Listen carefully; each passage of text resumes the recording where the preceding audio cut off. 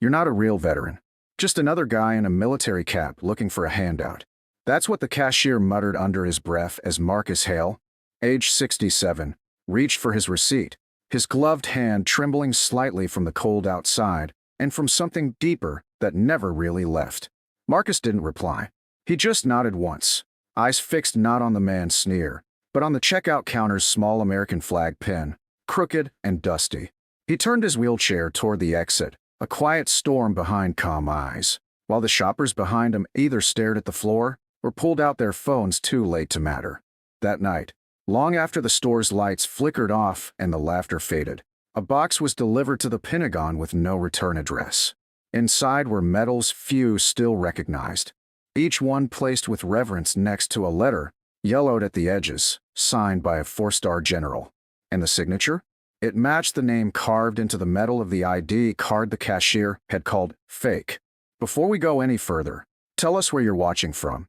And if you believe no veterans should be disrespected for their scars, visible or not, like and subscribe. Because stories like this aren't just worth hearing, they're worth remembering. It was a Tuesday, just another gray, ordinary Tuesday in a town that moved slow enough to forget the people it once promised to remember. The grocery store was quiet, aside from the tinny country song playing through flickering ceiling speakers and the squeak of shopping cart wheels limping along cracked tiles. Marcus Hale sat in aisle 7 for nearly 10 minutes before he asked anyone for help. His service dog patiently at his side, his navy cap pulled low, and the tips of his gloves worn from weather and time. No one rushed to assist. Why would they? To most, he was just another elderly man in a wheelchair, clutching a can of wet food and a box of dog treats, looking tired in a way most people couldn't name. The cashier's name tag said Devin, tilted like his smirk as Marcus approached the checkout. "You get a vet discount, right?" Marcus asked, voice soft but clear. Devin didn't even look up at first. When he did, it was with a raised eyebrow and an impatient sigh. "Sure. Got proof." Marcus reached into the inside pocket of his coat and pulled out a worn, creased ID card encased in plastic, edges soft with age. Devin glanced at it, then let out a short, barking laugh. "This thing looks like it came out of a Cracker Jack box." A few nearby customers snorted. One of them, a teenage boy holding an energy drink, elbowed his buddy and whispered something that made them both laugh harder. Marcus didn't flinch. He didn't argue. He just said, "That's a VA-issued card, son." Devin rolled his eyes. "Yeah? And on the Secretary of Defense." His tone was sharp, like this was a joke he'd made before and never tired of. "You people come in here all the time with your fake stories, flashing some paper and expecting a freebie. You can't just put on a cap and pretend you served." Marcus was quiet. Too quiet. His silence didn't ask for sympathy. It held the weight of names he still remembered. Names etched into walls across oceans. Names he still whispered before he fell asleep. He tucked the ID back into his coat, nodded once, and paid full price, every cent. As he left, one customer, a woman in a defense personnel fleece, fumbled with her phone. She hadn't stepped in. She hadn't said a word. But she took a photo, not of Marcus, but of Devin. Not out of revenge, but out of disbelief. Because something about Marcus's posture, the way he saluted the flag on the exit wall even after that humiliation, rang too true. That night, she texted the photo to her father in D.C. One sentence followed. "Is this who I think it is?" The response came almost instantly. "Tell him to stay put. The Pentagon will handle this." The morning after the incident, the grocery store buzzed with its usual pace. Beeping scanners, idle small talk, shopping carts clacking across the floor. But beneath it all, there was a tension no one could name. Devin, the cashier, strutted in with earbuds in and a coffee in hand, completely unaware that his name was being quietly passed around in group chats, Slack channels, and even, allegedly, across a few desks inside the Pentagon. He chuckled as he retold the story to his co-workers at break. Guy came in flashing some bootleg military badge. Thought he was Jason Bourne or something. They laughed, not because they cared, but because Devin was loud, and loud always filled the room first. Meanwhile, Marcus Hale returned to the store, not for confrontation, but because he'd forgotten his dog's paw bond. He parked at the far end of the lot, lifted himself slowly from his van with practiced precision, wheeled inside, and was halfway to aisle 4 when the assistant manager intercepted him, eyes wide, tone trembling. "Mr. Hale, sir. Could we speak for a moment?" Marcus raised an eyebrow but followed the young man, barely older than some of the soldiers he used to train, into the office at the back. There, on a fold-out table, sat two things: a printed photo of the incident, Marcus at checkout, Devin Midlaff, and a visitor log entry that simply read, "Colonel Elise Langston, Department of Defense, 9:07 a.m. Marcus didn't speak at first. He just glanced at the log, then at the manager, whose palms visibly sweated against his clipboard. "I think someone's coming, sir," the manager said, trying to keep his voice from shaking. "They said it was urgent. She's already on her way." Marcus nodded, adjusted his collar, and went to wait by the exit, not out of ego, but instinct. He always faced the door when it mattered. 15 minutes later, two sleek black SUVs pulled into the lot. No sirens, no fanfare, just presence. Out stepped three individuals. A woman in a tailored navy blue suit with a Defense Department pin clipped to her lapel, a uniformed colonel with silver clusters on his collar, and a third figure, bald, built like an aircraft carrier, sunglasses hiding eyes that scanned everything. The store froze. Even the music cut out. Devin saw them enter and at first didn't react, until the colonel stepped directly in front of Marcus and saluted. Not out of pity, not out of protocol, but out of memory. "Commander Marcus Hale," the colonel said, voice clear, reverent. "Sir, we apologize for what happened here yesterday." Marcus didn't stand, but he did raise his eyes, calm, steady, unblinking. "I'm not here for apologies," he said. "Just needed Paul Ballin." The younger officer behind the colonel smiled slightly. "Sir, if you'll permit us, we've brought your record." The woman in the suit stepped forward and opened a slim black folder. Inside were documents few in that room could read. Official field commendations, redacted operations, medal citations. One with a signature in blue ink that matched the letter found in the box the night before. "This," she said firmly, lifting the page, "is who you dismissed, Mr. Devin Hargrove."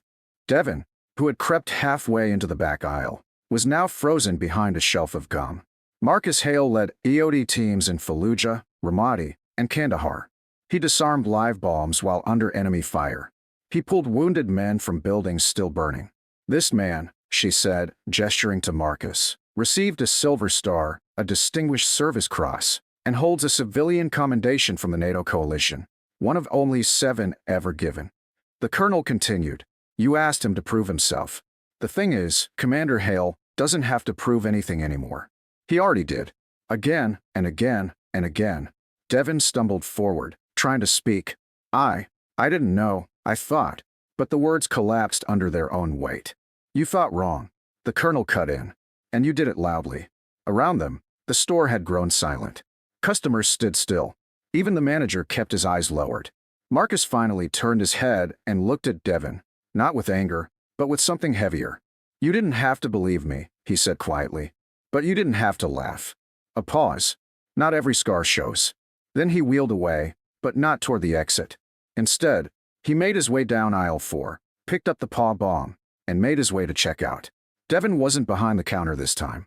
The assistant manager rang him up, hands shaking slightly, and when Marcus handed over his worn VA card, the scanner beeped once. "No charge," the manager said. "We covered it." Marcus raised an eyebrow. "That necessary?" "No, sir," the manager replied, swallowing hard. "But it's right." As Marcus rolled out into the sunlight, the 3 Pentagon officials stood flanking the door, not as escort, but as acknowledgement. And for the first time since the incident, someone else saluted first. Not out of obligation, but because the silence deserved it. The next morning, before the sun had fully climbed over the ridge, and while dew still clung to the windshield of Marcus Hale's old van, a quiet shift was already rippling through the country, one not sparked by outrage, but by reverence long overdue. The video, taken by a quiet employee who stood frozen near the freezer aisle, had spread overnight. It showed everything: the slurs, the silence, the moment a colonel saluted a man in a wheelchair who'd said nothing, asked for nothing, but deserved everything. By noon, it had been shared on military forums, veteran networks, news broadcasts, and eventually, the national morning feed. Hashtags bloomed like wildflowers.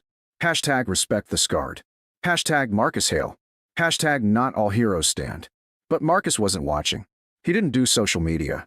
He was at the rec center, where he volunteered to fix broken wheelchairs for younger vets who hadn't figured out yet how to carry their pain without it crushing them. That was when the knock came, gentle, rhythmic, unmistakably official. A young woman, sharp in her army greens, stood tall at the door, her hands behind her back. "Sir, I've been asked to deliver this to you personally." She handed him a folded letter on cream-colored paper, the seal stamped deep into the flap. Marcus nodded, opened it slowly. His eyes scanned the words once, twice, and then he simply said, "They want to come here." The officer smiled. "They don't want to. They insisted." That afternoon, the grocery store closed its doors early, not out of shame, but preparation. Not one customer complained. Flags were strung over the entrance. Local veterans arrived unannounced to help set up chairs, and the mayor's assistant called the store's regional HQ with the kind of panicked reverence only reserved for last-minute presidential visits. And though no president came, what arrived carried weight of a different kind. 3 black sedans, a 4th trailing with a folded podium. Outstepped men and women with stars on their collars and ribbons on their chests. And at the front, a secretary from the Pentagon itself, walking with the measured precision of someone used to testifying before Congress, but now here for something greater, atonement. Devin, the cashier, was present, tucked in the corner, not ordered to attend but unable to stay away.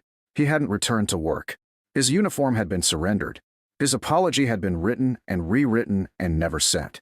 And now, as Marcus Hale entered, clean-pressed coat, service dog at his side, cap held low, every eye turned. No one clapped. They didn't need to. The silence was its own salute. The podium was brief. No microphones, no political spin. Just a citation read aloud. For lifelong service to country, in uniform and beyond. For dignity in the face of disgrace. For teaching a generation that true rank is not stitched on cloth but earned in silence, in loyalty, in the choices made when no one is watching.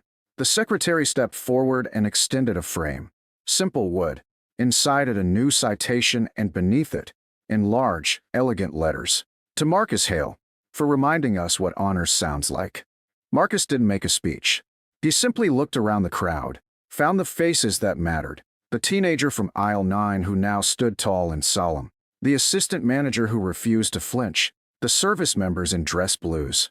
And then, slowly, he turned toward Devin. "You're not the first to doubt me," he said softly. "But don't let me be the last man you misjudge." Devin choked on his apology. He tried, but the words got stuck somewhere behind guilt and recognition. Marcus didn't wait for them. He walked outside into the evening light, where veterans from 3 wars lined the sidewalk with quiet nods and crisp salutes. And there, in front of the entrance, a new sign was mounted to the wall, unveiled with no ribbon cutting, just presence. This checkout reserved in honor of Commander Marcus Hale. Served with courage. Lived with quiet strength. Below it, etched in brass, respect is not a discount. It's a debt. Later that week, a letter arrived at Marcus's door, not from the store or the media, but from the teenage boy who had once laughed behind him in line. It was handwritten, shaky, and filled with things too big for email. "I showed your story to my dad. He served too. We never talked about it. We did last night. Thank you." Marcus folded the letter slowly, pressed it between pages of a worn book on leadership he still read sometimes. Not for the words, but for the space between them. That night, for the first time in years, he opened the shadow box above his bed. The one sealed since 1972. He cleaned each metal with a cloth, then set the VA card Devin had mocked gently beside them. Not because it had been doubted, but because it had endured. And as the wind rustled the flags outside his window, Marcus Hale did what he always did when the world got quiet. He whispered the names, one by one, of the brothers who never made it home. Because silence, to him, had never been empty. It had always been sacred.